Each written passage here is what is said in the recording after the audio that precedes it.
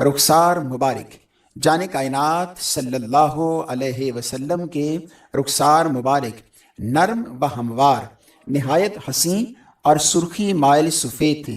حضرت ہند بن ابی حالہ رضی اللہ تعالی عنہ فرماتے ہیں رسول اللہ صلی اللہ علیہ وسلم کے رخسار مبارک نرم و ہموار تھے۔ شمائل ترمذی۔ شیخ الاسلام اعلی حضرت قدسہ سرہ آقا و مولا صلی اللہ علیہ وسلم کے رخسار مبارک کی نورانیت اور چمک دمک کا ذکر یوں فرماتے ہیں، جن کے آگے چراغ قمر جل ملائے، ان عذاروں کی طلعت پہ لاکھوں سلام، ان کے خد کی سہولت پہ بے حد درود، ان کے قد کی رشاقت پہ لاکھوں سلام۔ دہن اقدس، حضور صلی اللہ علیہ وسلم کا منہ مبارک حسن اعتدال کے ساتھ فراغ و کشادہ تھا۔ آپ کو کبھی جمائی نہیں آئی، کیونکہ جمائی شیطان کے اثر سے ہوا کرتی ہے، اور انبیاء کرام علیہم السلام شیطان کے اثر سے محفوظ و معصوم ہیں۔ زرقابی۔ حضرت ہند بن ابی حالہ رضی اللہ تعالی عنہ فرماتے ہیں نبی مکرم صلی اللہ علیہ وسلم کا دہن مبارک فراغ تھا۔ شمائل ترمذی۔ حضرت جابر بن سمورہ رضی اللہ تعالی عنہ فرماتے ہیں رسول معظم صلی اللہ علیہ وسلم کا دہن مبارک کشادہ تھا۔ مسلم۔ علماء فرماتے ہیں کہ عرب تنگ منہ کو ناپسند کرتے اور فراغ منہ کو اچھا جانتے تھے۔ سرکار دو عالم صلی اللہ علیہ وسلم کا دہن اقدس تو اس لیے باعظمت و با کمال تھا کہ اس سے نکلنے والی ہر بات اللہ تعالی کی وحی ہوتی تھی، جیسا کہ سورہ النجم کی آیت نمبر 3 اور 4 میں ارشاد ہوا، اور وہ کوئی بات اپنی خواہش سے نہیں کرتے، وہ تو نہیں مگر وہی جو انہیں کی جاتی ہے۔ کنز الایمان۔ ابو داود میں حضرت عبداللہ بن عمر ابن عاص رضی اللہ عنہما کی روایت موجود ہے کہ قریش نے مجھے حضور صلی اللہ علیہ وسلم کی ہر بات لکھنے سے منع کیا۔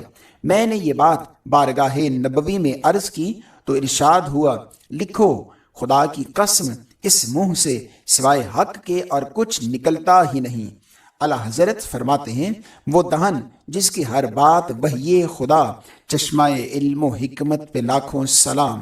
غزوہ خیبر کے دن حضرت سلمہ بن اقوا رضی اللہ عنہ کی پنڈلی میں ایسا زخم لگا کہ لوگوں کو گمان ہوا کہ شہید ہو گئے۔ جب وہ آقا صلی اللہ علیہ وسلم کی خدمت اقدس میں حاضر ہوئے تو رحمت عالم صلی اللہ علیہ وسلم نے 3 دفعہ دم فرمایا، پھر انہیں کبھی تکلیف نہ ہوئی۔ بخاری۔ لعاب دہن مبارک۔ آقا و مولا صلی اللہ علیہ وسلم کا لعاب دہن مبارک زخمیوں اور بیماریوں کے لیے شفا اور زہر کے لیے تریاق تھا۔ جب غار ثور میں سیدنا ابو بکر رضی اللہ تعالی عنہ کو سانپ نے کاٹا تو اس کے زہر کا اثر آپ ہی کے لعاب دہن سے دور ہوا۔ سیدنا علی کرم اللہ وجہہ کے اشوب چشم کی یہ دوا بنا۔ حضرت رفاعہ بن رافع رضی اللہ تعالی عنہ کی آنکھ غزوہ بدر میں پھوٹ گئی، جو آپ کے لعاب دہن لگا کر دعا فرمانے سے پھر روشن ہو گئی۔ زرقابی۔ خصائص کبریٰ۔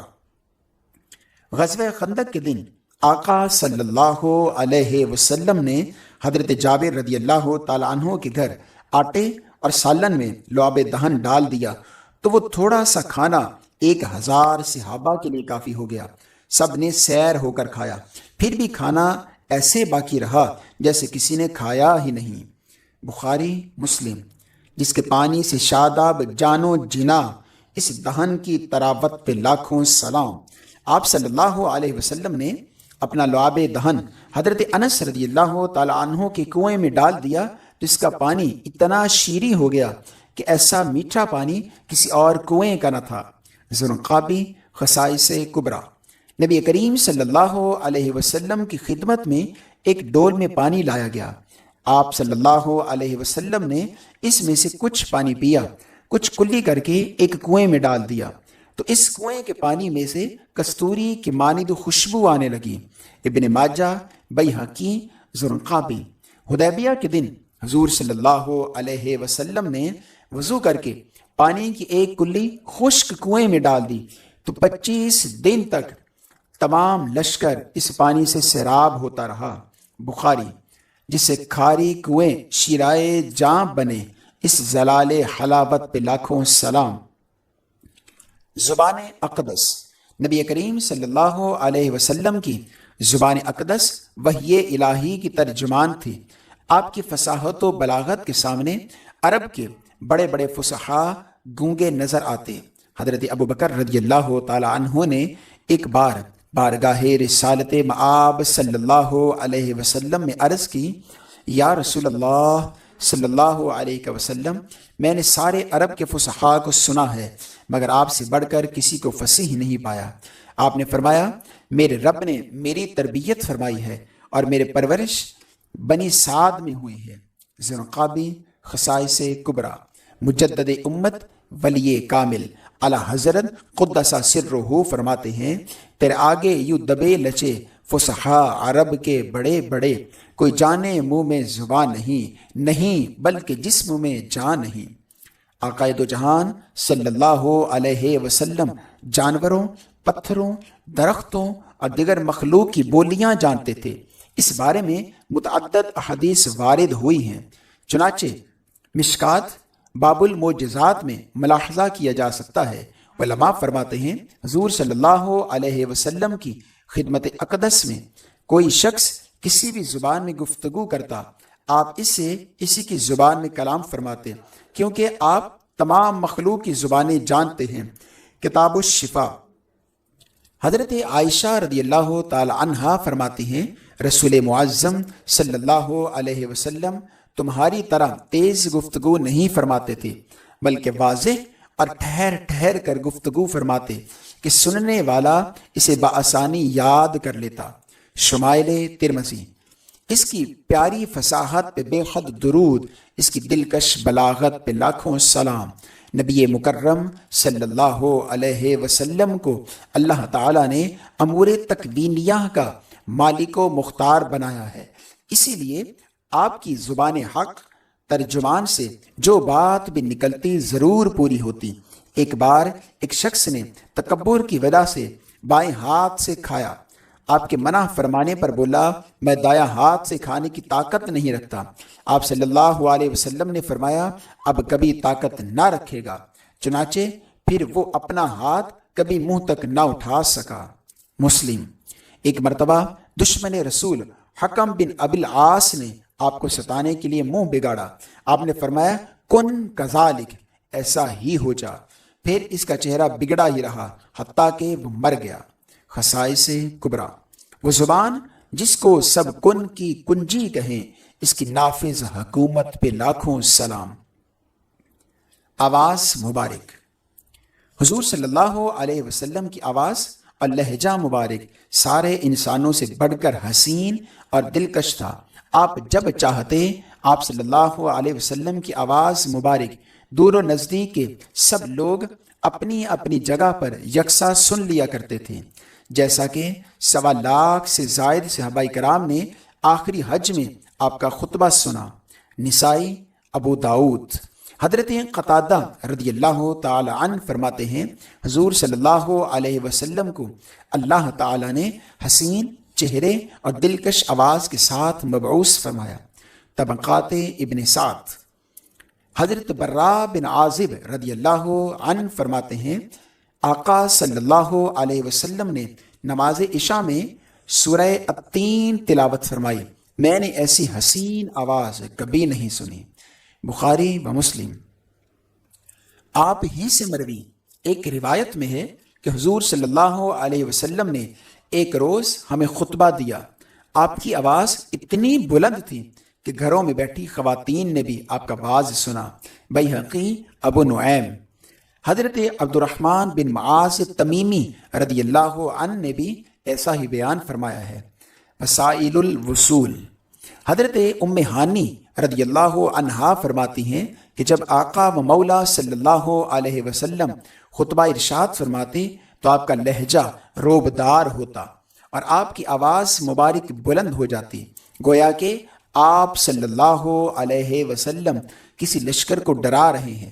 کہ تم پر اب حملہ ہوا چاہتا ہے۔ وسائل الوصول، اس کی باتوں کی لذت پہ لاکھوں درود، اس کے خطبے کی ہیبت پہ لاکھوں سلام۔ حضرت جبیر بن مطعم رضی اللہ عنہ کا ارشاد ہے، آقا صلی اللہ علیہ وسلم نہایت مسحور کن لہجے میں گفتگو فرماتے تھے۔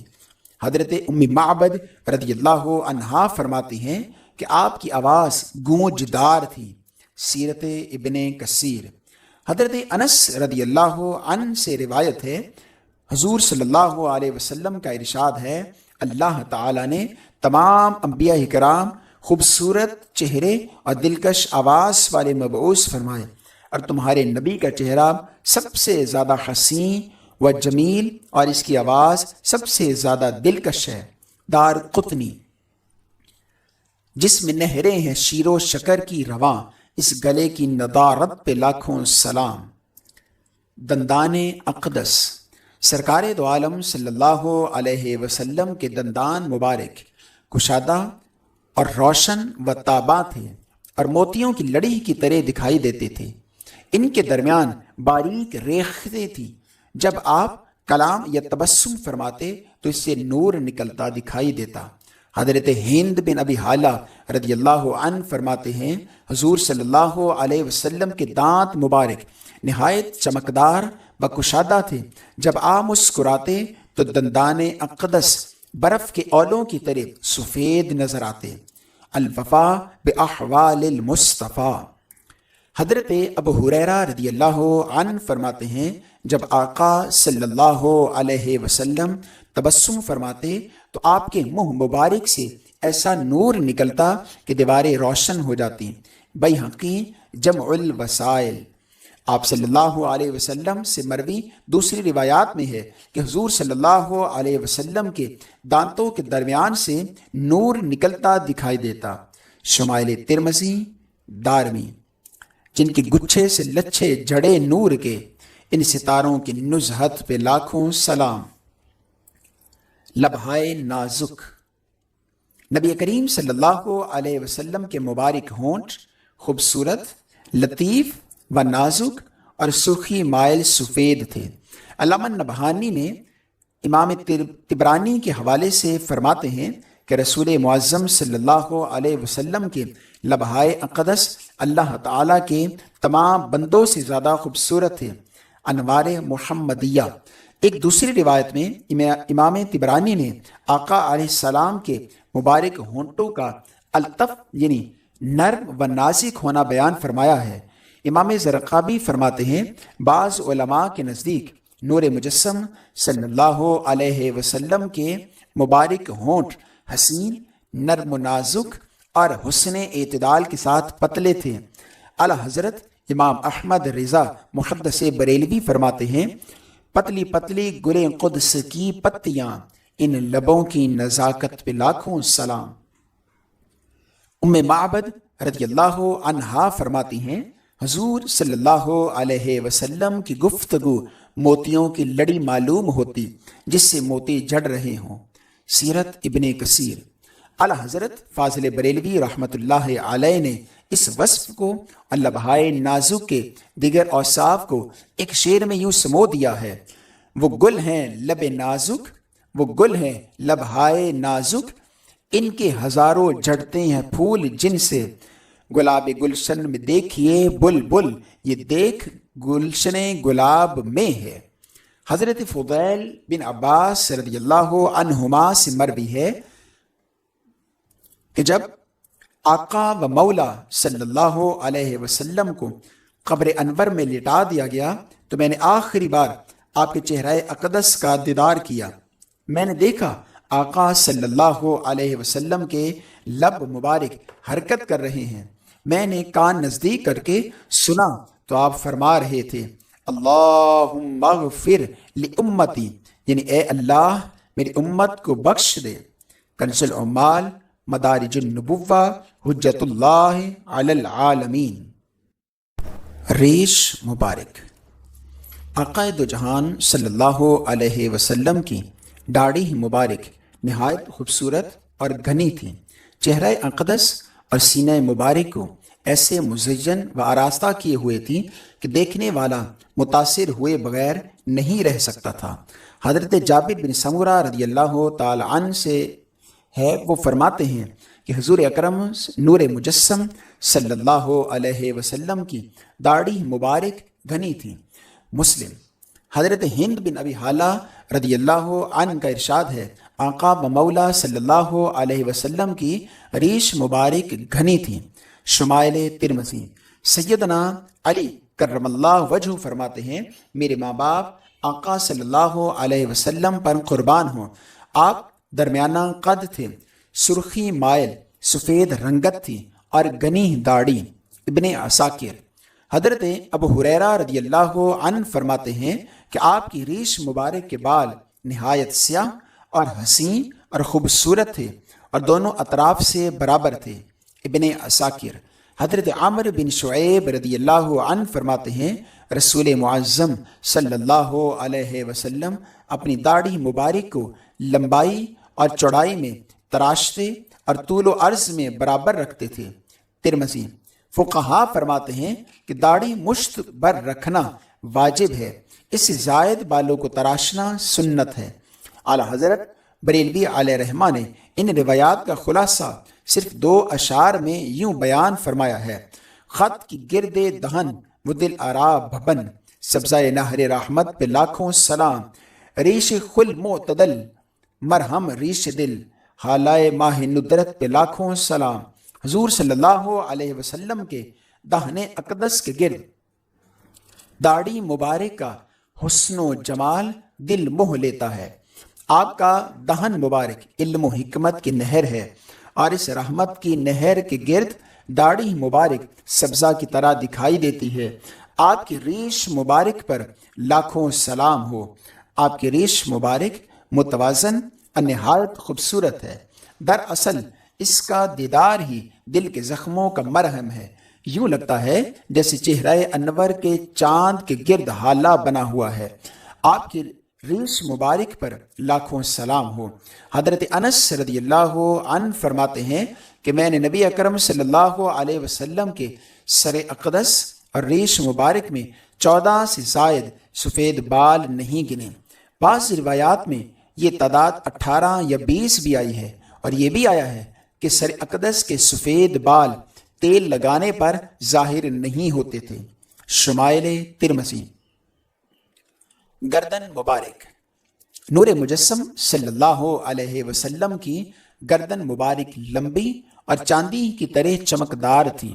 حضرت ہند بن ابی حالہ رضی اللہ عنہ فرماتے ہیں کہ نبی کریم صلی اللہ علیہ وسلم کی گردن مبارک حسن اعتدال اور خوبصورتی میں ایسی تھی جیسے کسی مورتی کی تراشی ہوئی گردن ہوتی ہے، اور رنگ میں چاندی کی طرح صاف و سفید اور چمکدار تھی۔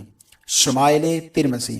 حضرت ام معبد رضی اللہ عنہا فرماتی ہیں کہ آپ صلی اللہ علیہ وسلم کی خوبصورت گردن حسن اعتدال کے ساتھ لمبی تھی۔ دوش اقدس۔ نبی مکرم صلی اللہ علیہ وسلم کے مبارک کندھے نہایت خوبصورت، فربا اور مضبوط تھے۔ دونوں شانوں کے درمیان مناسب فاصلہ تھا جو آپ صلی اللہ علیہ وسلم کی وجاہت اور جلالت کو مسحور کن بنا رہا تھا۔ محدث ابن سبعہ روایت کرتے ہیں کہ جب آقا صلی اللہ علیہ وسلم لوگوں میں بیٹھے ہوتے تو آپ کے مبارک شانے سب سے اونچے نظر آتے۔ زرقابی۔ حضرت براء بن عازب رضی اللہ عنہ فرماتے ہیں نبی اکرم صلی اللہ علیہ وسلم کے دونوں شانوں کے درمیان مناسب فاصلہ تھا۔ شمائل ترمذی۔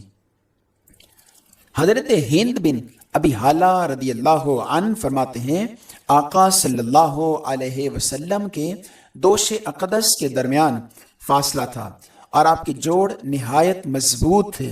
حضرت علی کرم اللہ وجہہ کا ارشاد ہے آقا صلی اللہ علیہ وسلم کے شانوں کے جوڑ بھاری اور مضبوط تھے۔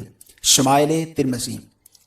حضرت ابو ہریرہ رضی اللہ عنہ دوش مبارک کی خوبصورتی یوں بیان فرماتے ہیں جب آقا صلی اللہ علیہ وسلم اپنے دوش اقدس سے کپڑا ہٹاتے تو ایسے چمکدار نظر آتے جیسے چاندی کے بنے ہوئے ہوں۔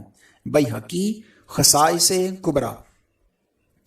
ایک ایمان افروز حدیث شیخ عبدالحق محدث دہلوی نے مدارج النبوہ میں بیان فرمائی ہے، اس کا خلاصہ پیش خدمت ہے۔ فتح مکہ کے بعد حضور صلی اللہ علیہ وسلم نے کعبہ شریف میں داخل ہو کر بت توڑ دیے۔ جب جو بت بلندی پر نصب تھے ان کے متعلق آپ نے حضرت علی کرم اللہ وجہہ سے فرمایا کہ میرے کاندھوں پر سوار ہو کر انہیں توڑ دو۔ وہ عرض گزار ہوئے، آقا میں یہ گستاخی نہیں کر سکتا، آپ میرے کندھوں پر سوار ہو جائیں تو میرے لیے زہے نصیب۔ آپ صلی اللہ علیہ وسلم نے ارشاد فرمایا، اے علی تم نبوت کا بوجھ نہیں اٹھا سکو گے۔ پھر شیر خدا سر تسلیم خم کرتے ہوئے آپ کے دوش اقدس پر سوار ہوئے اور بت گرانے شروع کیے۔ آپ نے فرمایا، علی کس حال میں ہو؟ عرض کی، میری نظروں سے تمام حجابات اٹھا دیے گئے ہیں، گویا میرا سر عرش کے نزدیک ہے، اگر میں ہاتھ بڑھاؤں تو جہاں چاہوں پہنچ جاؤں اور جو چاہوں حاصل کر لوں۔ پھر حضرت علی بت توڑ کر چھلانگ لگا کر نیچے آئے تو مسکرانے لگے۔ وجہ پوچھی گئی تو عرض کی، میں نے اتنی بلندی سے چھلانگ لگائی مگر مجھے چوٹ نہیں آئی۔ حضور صلی اللہ علیہ وسلم نے فرمایا، اے علی تجھے چوٹ کیسے لگتی کہ تجھے اوپر لے جانے والا میں تھا اور نیچے لانے والا جبریل امین علیہ السلام۔ دوش پر دوش ہے جن سے شان و شرف، ایسے شانوں کی شوکت پہ لاکھوں سلام۔ پشت مبارک۔ رحمت عالم صلی اللہ علیہ وسلم کی پشت مبارک کشادہ اور ایسی چمکدار و خوبصورت تھی کہ جیسے پگھلائی ہوئی چاندی ہے۔ حضرت محرش بن عبداللہ الکعبی رضی اللہ عنہ فرماتے ہیں کہ جب سرکار دو عالم صلی اللہ علیہ وسلم جعرانہ میں عمرے کا احرام باندھ رہے تھے تو میں نے آپ کی پشت انور کی زیارت کی اور اسے ایسا پایا جیسے چاندی کو پگھلایا گیا ہو۔ مسند احمد و بیہقی۔ ام المؤمنین سیدہ عائشہ صدیقہ رضی اللہ عنہا فرماتی ہیں، حضور اکرم صلی اللہ علیہ وسلم کی پشت مبارک کشادہ تھی۔ دلائل النبوہ۔ بخاری و مسلم کی یہ حدیث شریف بہت پہلے بیان ہو چکی، جس میں آقا و مولا صلی اللہ علیہ وسلم کا ارشاد گرامی ہے، میں تمہیں اپنی پشت کے پیچھے سے بھی دیکھتا ہوں۔ اعلیٰ حضرت علیہ رحمہ نے اسی بات کو یوں بیان فرمایا، روئے آئینہ علم پشت حضور، پشتی قصر ملت پہ لاکھوں سلام۔ ابن عساکر نے حضرت جلحمہ بن عرفطہ سے روایت کیا ہے، ایک بار میں مکہ آیا تو وہاں سخت قحط سالی تھی۔ قریش نے ابو طالب کی خدمت میں عرض کی، لوگ سخت مصیبت میں گرفتار ہیں، تم خدا سے بارش مانگو۔ پھر ابو طالب سورج کی مثل روشن چہرے والے بچے کو لے کر نکلے، چند اور بچے بھی ساتھ تھے۔ ابو طالب نے اس نورانی بچے کی پشت کعبۃ اللہ سے لگا دی۔ اس حسین و جمیل بچے نے آسمان کی طرف انگلی اٹھائی، دیکھتے ہی دیکھتے آسمان پر بادل چھا گئے اور اتنی بارش ہوئی کہ شہر اور دیہات سب سیراب ہو گئے اور قحط ختم ہو گیا۔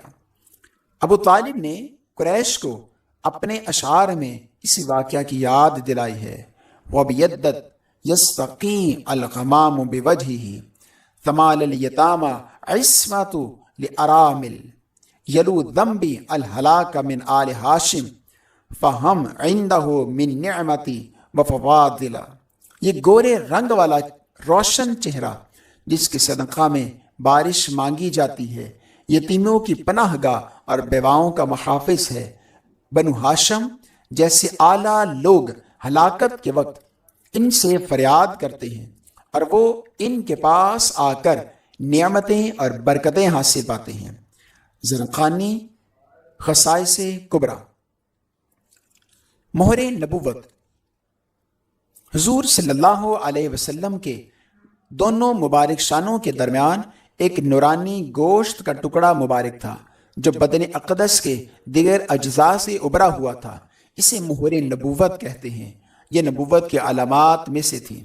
حضرت صائب بن یزید رضی اللہ عنہ فرماتے ہیں کہ میں نے مہر نبوت کو دیکھا، وہ مسحری کی گنڈی جیسی تھی جو کبوتری کے انڈے کے برابر بیضوی شکل میں ہوتی ہے۔ بخاری مسلم۔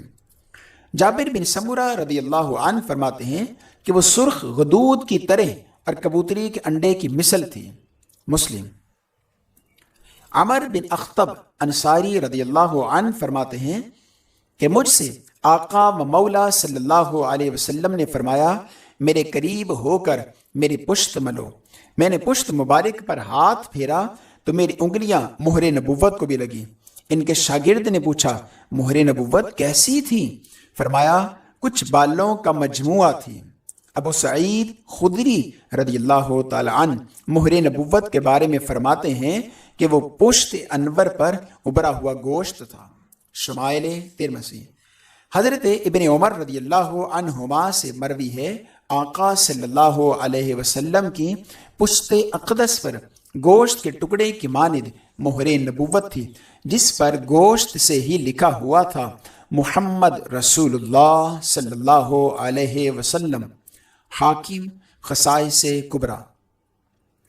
چونکہ مہر نبوت کے بارے میں روایات مختلف ہیں، اس لیے بعض علماء ان میں یوں تطبیق دیتے ہیں کہ یہ تمام تشبیہات ہیں اور ہر شخص اپنے ذہن اور فہم کے مطابق تشبیہ دیتا ہے۔ اور امام قرطبی فرماتے ہیں کہ مہر نبوت کی مقدار بھی کم و زیادہ ہوتی رہتی تھی اور اس کا رنگ بھی مختلف اوقات میں مختلف ہوتا تھا۔